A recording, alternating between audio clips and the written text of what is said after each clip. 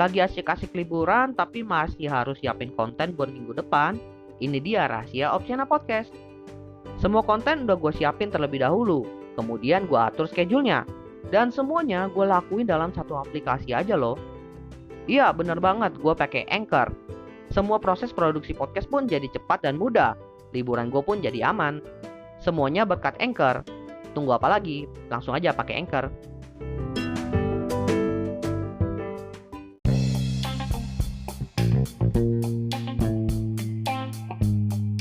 Weekly Opsia minggu kedua November 2022.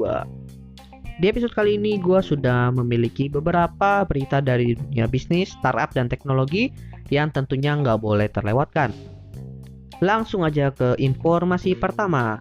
Jadi masih terkait PHK yang masih sama terjadi dari minggu lalu, di mana kali ini PHK terjadi di salah satu perusahaan yang cukup terkenal, yaitu perusahaan Meta, di mana induk perusahaan Facebook ini memecat sekitar 11.000 karyawannya. Hal ini dikarenakan ya seperti kita tahu bahwa Meta itu dari segi pengeluaran juga meningkat selama pandemi seperti perusahaan lainnya.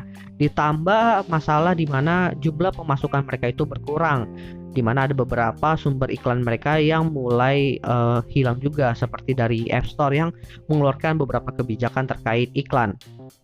Selain itu, hal ini pun berdampak dari proses atau investasi yang dilakukan oleh si Mark Zuckerberg di Metaverse yang tentunya sampai saat ini belum membuahkan hasil dan juga mengakibatkan para investor sentimen dengan dunia Metaverse ini.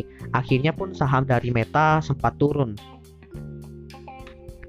Selanjutnya, PHK pun masih dilakukan oleh Elon Musk, tapi kali ini ia memecat sekitar 70% karyawan di perusahaannya yang berada di India.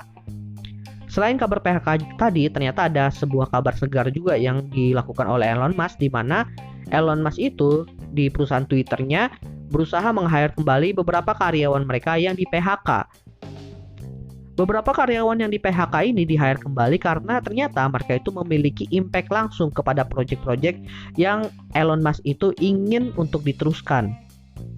Lalu alasan karyawan yang di PHK ini untuk di-hire kembali adalah karena memang ada kesalahan dalam proses pemecatan, di mana tidak ada walkthrough sebelum melakukan PHK.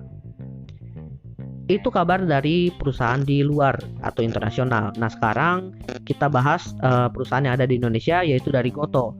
Ternyata Goto pun berencana melakukan PHK sekitar 10% dari pekerjanya atau berkisar sekitar lebih dari 1.000 karyawannya.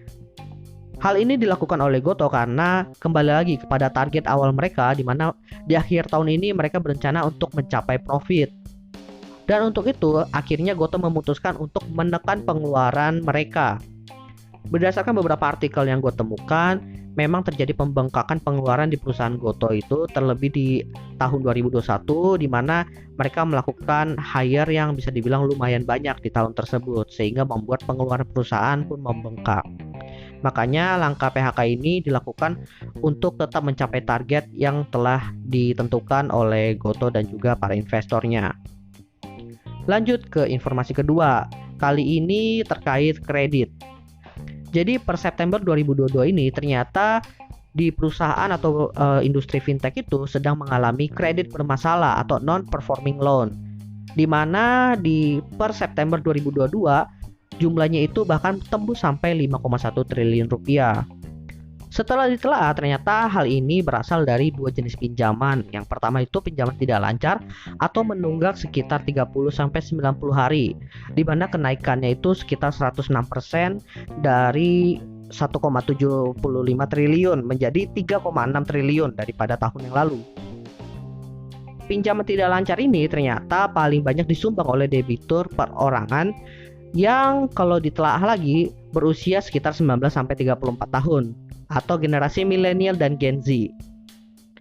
Lalu jenis pinjaman kedua adalah pinjaman macet, yaitu pinjaman yang menunggak di atas 90 hari, naik sekitar 187% atau dari 521 miliar menjadi 1,49 triliun dari tahun lalu.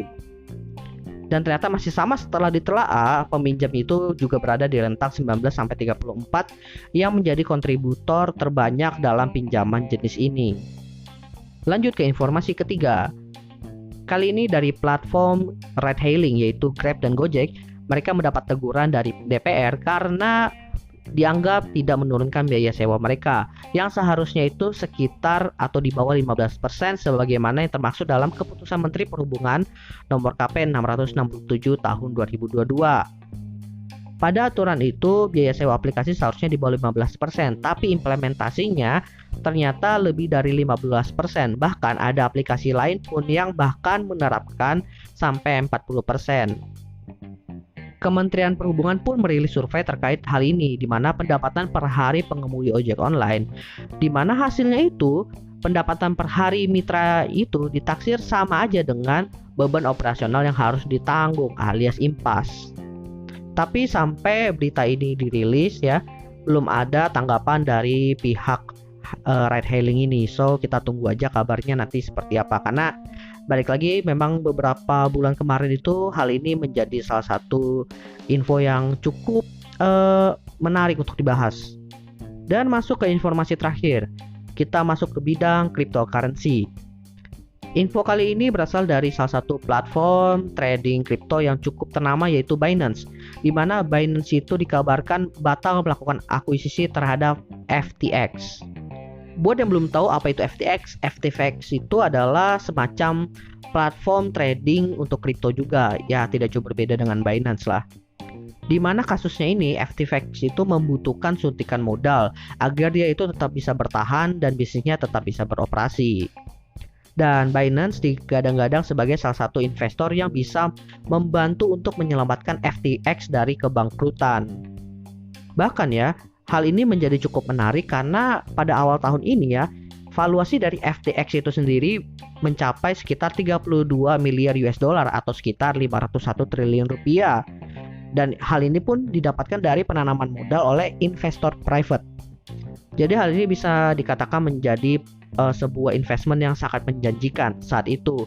Bahkan per Selasa 8 November 2022, Binance dan FTX itu keduanya telah menandatangani letter of intent yang tidak mengikat, yang memberikan opsi kepada Binance itu untuk membeli FTX sambil menunggu uji tuntas. Jadi bisa dibilang uji tuntas itu semacam investigasi atau screening sebelum kontrak yang sebenarnya itu ditekan, yaitu kontrak pembelian atau akuisisi FTX oleh Binance. Tapi berselang setelah ditandatangannya letter of intent itu, tepatnya 1 hari setelahnya di Rabu, Binance mengumumkan mundur dari kesepakatan akuisisi karena ada beberapa faktor. Nah, salah satu faktornya itu adalah setelah mereka itu melakukan uji tuntas, mereka itu mendapat laporan berita terbaru terkait adanya penyalahgunaan dana pelanggan dan juga ada dugaan investigasi agensi Amerika Serikat. Dan itu dinyatakan oleh Binance di Twitternya. So, pembatalan akuisisi ini dilakukan juga untuk mencegah hal-hal yang tidak diinginkan beberapa pekan ke depannya. Itu yang dikatakan juga oleh CEO dari Binance.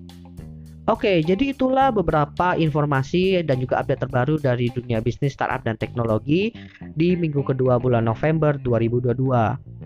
Kira-kira berita dan update terbaru apa aja yang akan muncul di minggu depan? So, ditunggu aja di Weekly Opsia bersama dengan gue Edwin. Thank you semuanya.